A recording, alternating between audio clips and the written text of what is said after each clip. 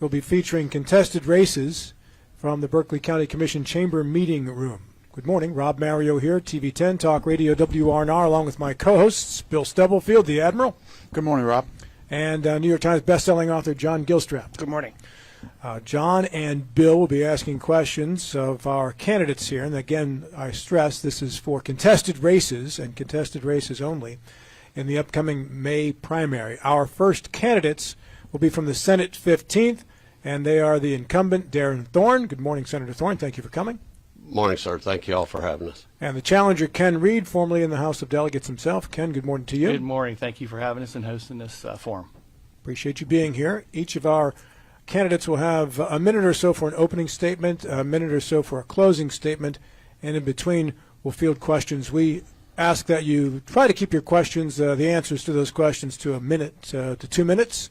If you do feel that there's a need to further elaborate, please continue, but do so with respect of time for your opponent as well. If your opponent invokes your name or a policy you're associated with, a law that you were directly associated with, and you'd like an opportunity to respond, please signal that you would like an opportunity to directly respond, and you can at the conclusion of that person's thought.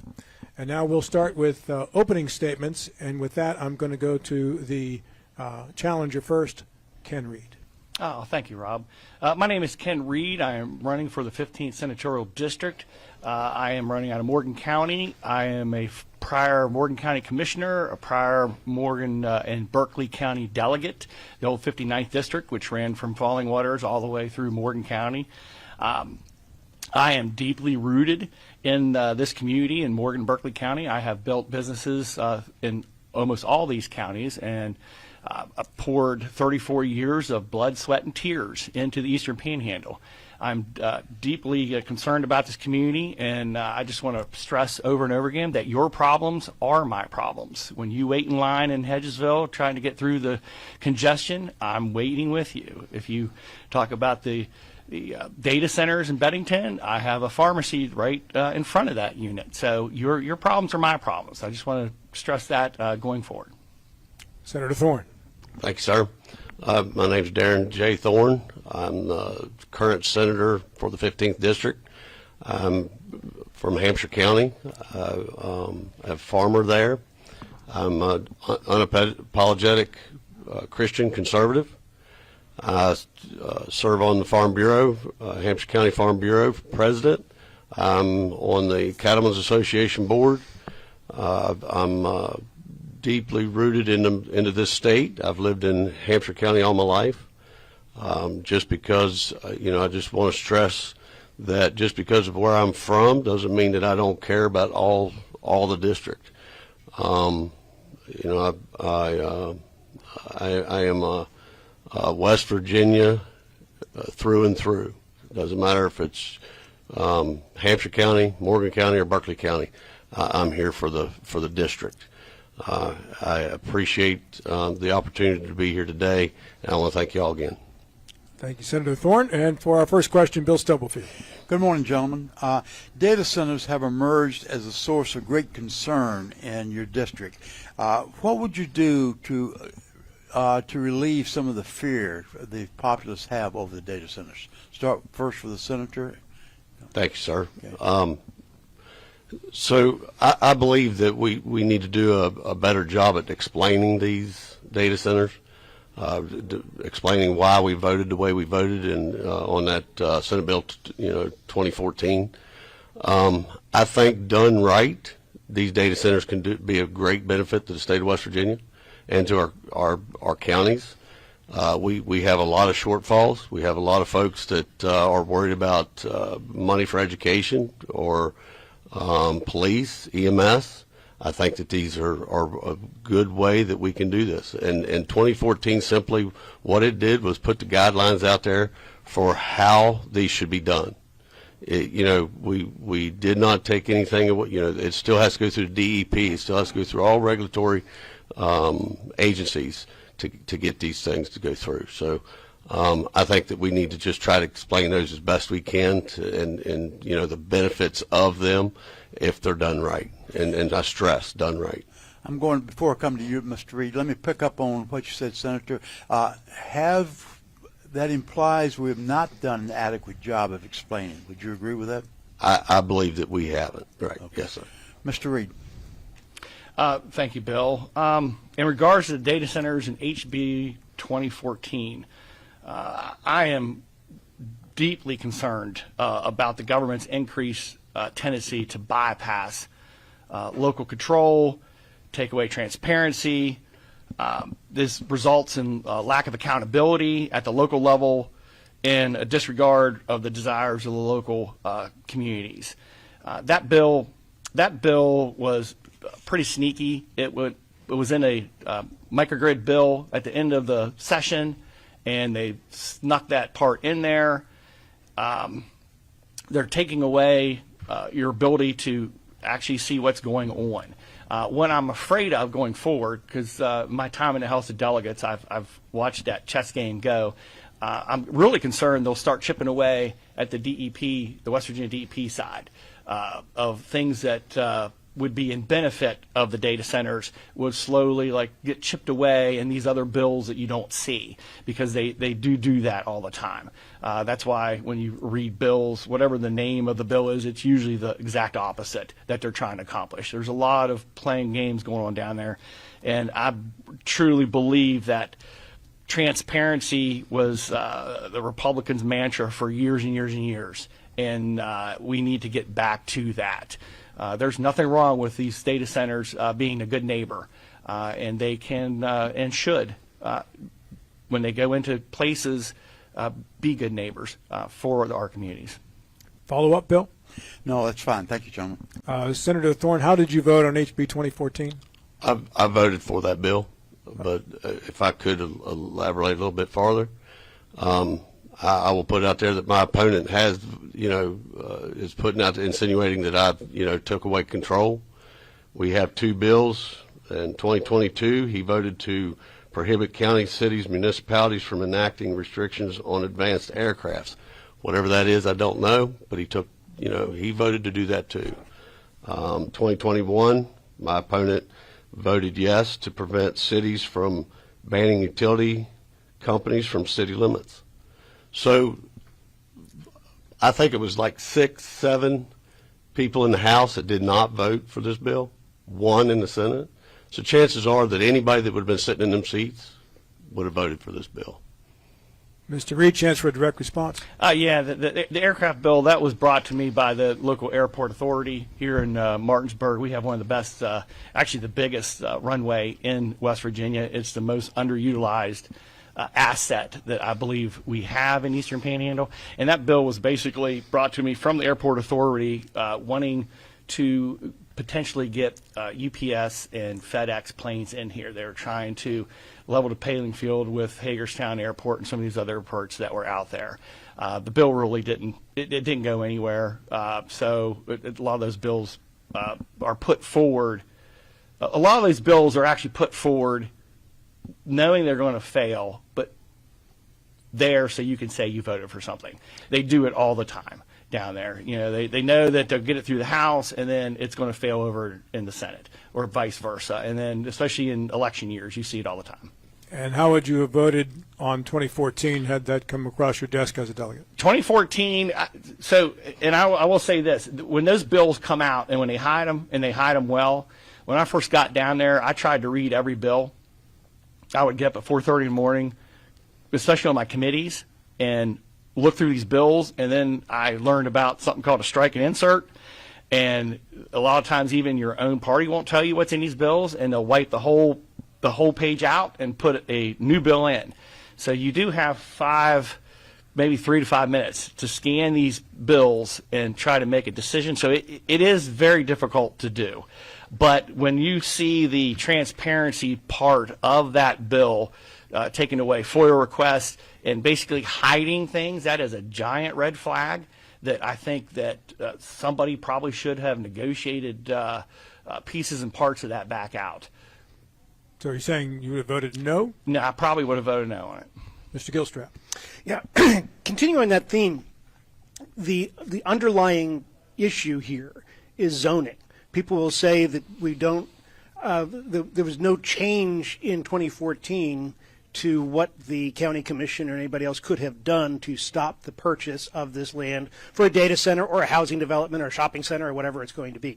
So do you gentlemen favor enacting more zoning within the county, Berkeley County in particular? Are you addressing me? Or Yeah, well, both of you, but I'll go with you first. Okay. All right. Thank you for the question. So when we were Morgan County Commissioners, we kind of watched Berkeley County because they're so far ahead of us in the economic development and the issues that hit there first. And I was around and back when the zoning was on the ballot, and Berkeley County soundly defeated zoning. But it's mostly a timing issue. I think if they could go back and look at it now, knowing that these 500 home massive developments were going to plop down here and there, and we have no infrastructure ready for it. You got water issues, sewer issues, all the normal stuff, transportation issues. These roads can't handle a lot of the traffic that's being piled onto them. Those issues we would look at in Morgan County, and Morgan County has the opposite problem. We don't have a lot of growth there, and the years we've been there, it's stayed steady around 18,000 people, where Berkeley County has grown from 110 to 120 to 130 to 160, and it's probably 180,000 people right now. So zoning is very personal. When you're small and you don't have a lot of stuff, it makes sense to not do zoning and allow people to do what they want with their property. But as time goes on, it does make a lot of sense to put it back on the ballot and then let those people decide with the circumstances that they have now to look at it. You try to get ahead of these things. One of the bloodiest political battles I ever got in was the bypass up in 522. I was trying to look ahead at the growth coming. So me and Darrell Coles really fought for that money for that 522 bypass, but there was a lot of opposition about it because this is going to destroy the downtown and whatnot. But as that growth comes down Route 9, and that is inevitable, it's going to come down Route 9 right into Morgan County, right into Berkeley Springs. I think 10 years from now, they'll be certainly glad that there's a bypass there, that we can move those tractor trailers that were end-to-end 24/7 off of 522 in downtown around that town. And Berkeley Springs has always been a destination city. So I think it's looking forward. I think we did the right thing. First of all, I'd like to just make the 4667 the aircraft bill did pass and was signed. But yes, I agree with my opponent that I think that if the people want zoning, they should have zoning. That's up to them. But it has to be put on a ballot and let them make that decision. And I think things that have happened over the last few years are making people look differently on it. In Hampshire County, we had a solar project come in that made people start looking at things differently. Would you personally support zoning? I probably personally would not, but I give the people the right to do what they want. If it came onto because I'm about personal freedoms, personal liberties, as everybody here should know by now. I think I should be able to do what I want with my land. So personally, I would probably vote against zoning, but it should be put to the county. Would to follow up on that for both candidates, Senator Thorne, would you support county home rule? No, I mean I have, and I'm not a big. I don't like the tax. Right, and the only reason that I voted for the home rule before was it does come to the people. The people have that ability to make that decision. But that's a tough bill for me, just to be honest with you. If it came up for me again, it would be a long thought and prayers and decisions on what I thought was right or what the people thought was right. Understanding that the citizens would only have a referendum. Correct. To be able to vote on that, how do you parse the difference between your last two positions? Yeah, again, it's a tax, so I have a hard time with the tax, right? So a personal property tax, or however those home rules work. But it's again, I just have to. It would be that moment that I would have to make that decision. I have supported them in the past. I don't really like them. I'm not sure. Ken Reed, county home rule. Support? County Yes or home no? room. So we actually get hit with this a lot. Actually, the county commissioner up in Hampshire County has asked me multiple times to potentially support county home rule because it does give them the power to and it is closer to the people and they can be held accountable to raise or lower taxes as they see fit in their particular county.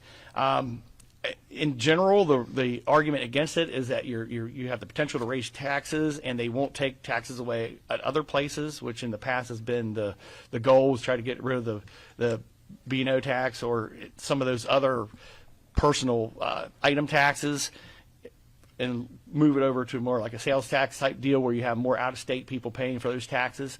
South Carolina does that very well. They tax out-of-state people 4 or 5 times more than the in-state people. That would come down to my constituents. I'm a firm believer that I work for the people. I work for them. I don't work for the governor. I don't work for lobbyists. I do not work for special interest groups. And if there's a consensus in the county or in the district, Berkeley, Morgan, and Hampshire County, that they want to pull a home rule, and it is a consensus, not 50-50 or whatnot, I would put it forward. I absolutely would. Bill Stubblefield. Yeah. What role should the state play in addressing mental health, maternal health, and substance abuse treatment? Mr. Reed, start this off. That's a pretty wide range of things there. Let's narrow down to mental health and maternal health. Okay, so mental health and maternal health. Mental health. So I've been in healthcare for 30 years, and the mental health issues are real. They're very real, and I honestly think that's what stems some of these other problems that we have in society. They're untreated. Nobody wants to treat them. Because it's expensive. It costs a lot of money to treat mental health patients. A lot of times they'll just take those patients, like if somebody gets arrested or whatnot, they'll take them right to the hospital and dump them off in the emergency room because nobody wants stuck with that bill that they don't have budgeted in it. So it is a massive problem. Maternal health, if you're talking about, what exactly are you talking about maternal health? Yeah, maternal health, child care, the pregnancy, for the woman during the pregnancy. The child care, actually, I'm leaning toward the child care thing. So to bring people into West Virginia, schools are like huge for people when they look to move places. How do the schools, and can I raise my children to a certain point and then bring them to a really good school, which will get them going, go farther in their lives? I would like to see more.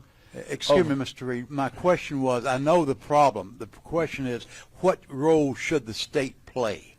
So what role should the state play?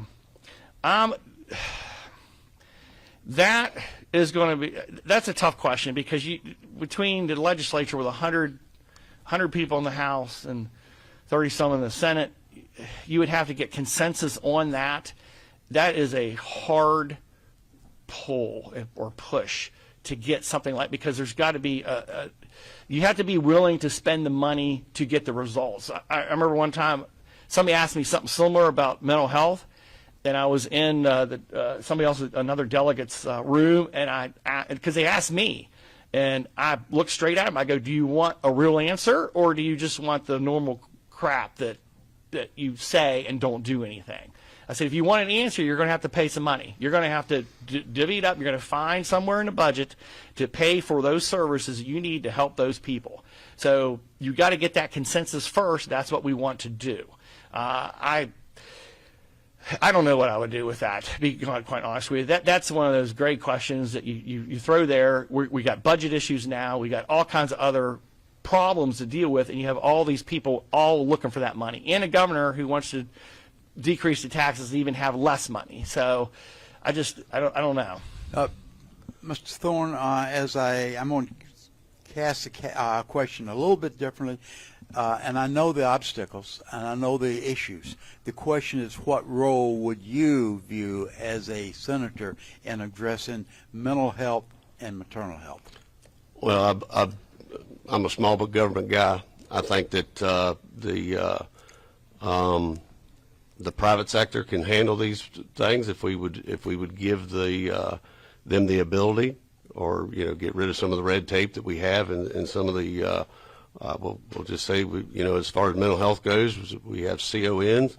That goes into a lot of the medical fields. So I think that those private industries could handle this if we would put it out there. Again, I'm small government. We have the ability to do it in the private sector if we would do it. Mr. Reed? I'd like to, because this is an area of expertise. The private field cannot handle this at all, especially in West Virginia. You got probably the 70% of payments in West Virginia come from the government, and they're constantly paying us below cost. You can't expect private industry in this state to take on those type of issues with the structure that Medicare, Medicaid, and even PI has in place. It's just not there. In this state, the government will have to decide and make a decision if that's something that we want to do as a group, as a state, and as a people. Do we want to help these people that need it the most? So the idea that you're pushing it off on the private industry is just baloney. So as I understand it, one of you is saying it is a state responsibility, the other one's saying it's a private sector responsibility. It depends on the state. If you're in a state that has a I'm lot talking of money, about West Virginia. In West Virginia, no, it's absolutely going to be a state issue, because those are the decision makers. That's where the money flows through. The private health. He brought up CON.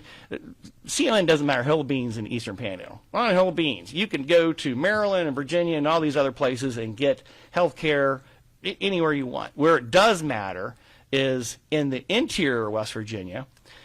Certificate of need, basically, we use that to get hospital systems and healthcare providers and doctors and nurses to come to these rural areas. Well, nobody will go because there's no market for it.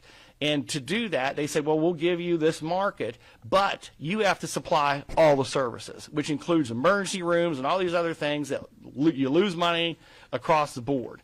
So until the fixed certificate of need, you have to have probably a 60 or 40 split. You got to have a 60% commercial base and probably a 40% government base. And right now it's flipped. We're backwards. Until that happens, you can't do it unless you want to get rid of the Raleigh County Hospital and all these other little hospitals across the board.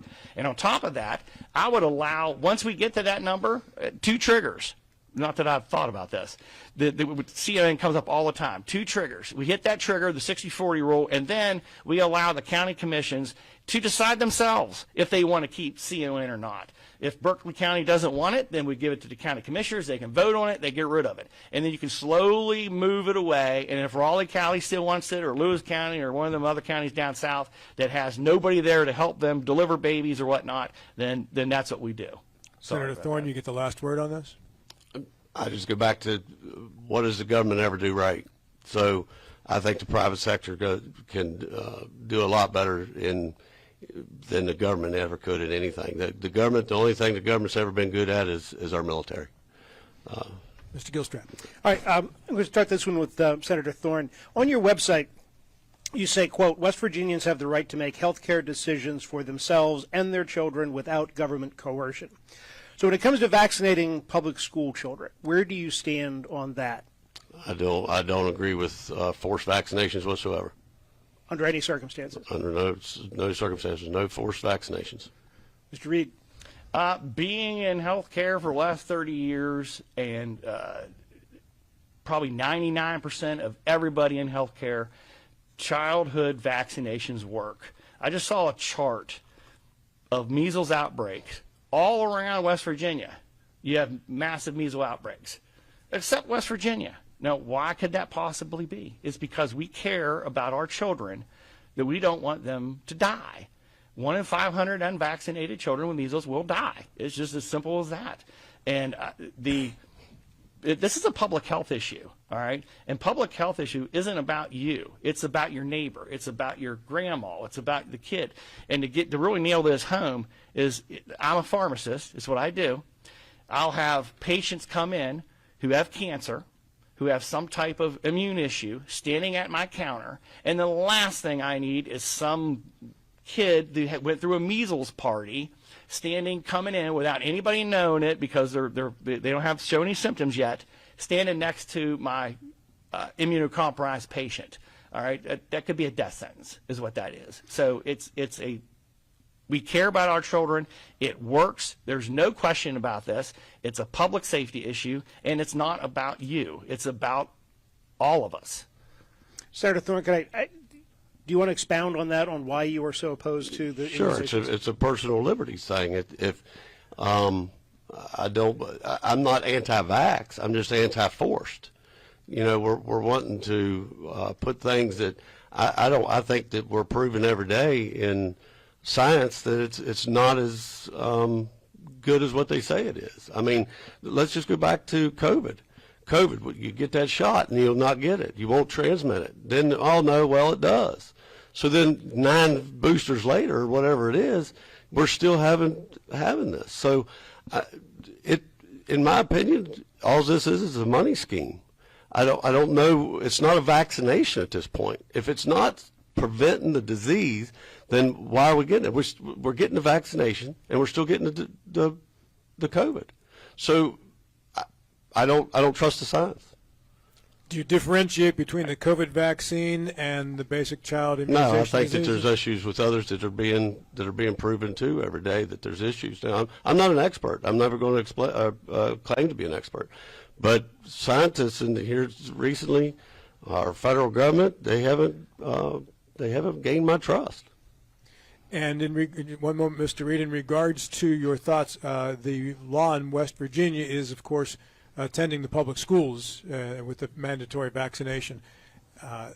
If you can go to a private school or whatever, but in regards to a public school, so your thought is that no mandatory vaccinations even for public school students, just to be clear in your position. Correct. So to elaborate on that a little bit, our teachers are not vaccinated.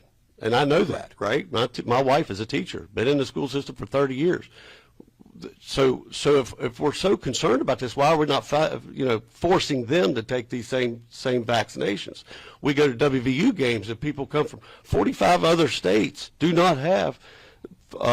They get religious exemptions from this. We do not do that in this state, but yet we travel all over the country and come back. People that are vaccinated, people that are not vaccinated, and we're not quarantining these people. So I just think that it's not a good idea to force people. You had your hand up, Mr. Reed. Yeah, so almost everything you just said is wrong. Okay, so vaccines for the most part are very variable depending on what they do. Okay, some will prevent disease, some will just keep you alive. Okay, and that is what the influenza and vaccine or the COVID vaccines and some of these other vaccines do. You can still get sick, but you get less sick. You can get sick, but you don't have the same amount of time you're sick because you're building antibodies up to fight that disease off. As regard to people like traveling in, that's where most of our disease does come from. If somebody travels to South Carolina and picks up measles, they come to West Virginia, and then we have something called herd immunity. Everybody's vaccinated in that child group. It doesn't spread. There's a buffer zone there, and that's how West Virginia ends up with no measles, and South Carolina's got 200 or 300. All right, so the science part of this, I would really push that you talk to your pediatrician, you talk to your doctor, you talk to your pharmacist. Okay, almost everything he said is from a scientific point is just wrong, and I'll just leave it at that. We're going to move to closing statements now, and since Mr. Reed went first on the opening statements, Darren, you get to go first on the closing statement. Thank you. Again, I'm Darren J. Thorne, Senator for the 15th District. Again, I just want to make it clear and make sure that folks up here in the Eastern Panhandle understand that it doesn't matter that I'm in Hampshire County. I still believe that we can work together, get things done. I understand the problems up here. I don't live them, but I understand them. I've been fortunate enough to travel all over this country. I see what happens when growth outpaces our infrastructure, and that's the problem we're having in Berkeley County, and we need to try to figure out how we can do better with that and help especially Berkeley County get through these growing pains. Thank you, Senator Thorne. Mr. Reed. I guess first of all, I'd like to give my sincere appreciation for the people who send me private messages, because my race has gotten like one of the dirtiest races I've had in a long, long time. And I just want to push out there that after this election, the out-of-state special interest groups, the lobbying organizations, and the groups that are trying to buy my senatorial district are all going to be gone. They don't give 2 cents about our community, okay? They want to get rid of the CON. That's all they want. So they pile in here, and I just want you to know that no matter what, I will still be working at the pharmacy in Spring Mills, at the pharmacy in Hedgesville, at the pharmacy in Berkeley Springs. I'm going to be here long after these guys are long gone and your mailboxes are no longer filled with that silly stuff. Gentlemen, I thank you both very much and wish you the best of luck in the upcoming primary. Thank you so much. Appreciate it. We are back in 5 minutes with more.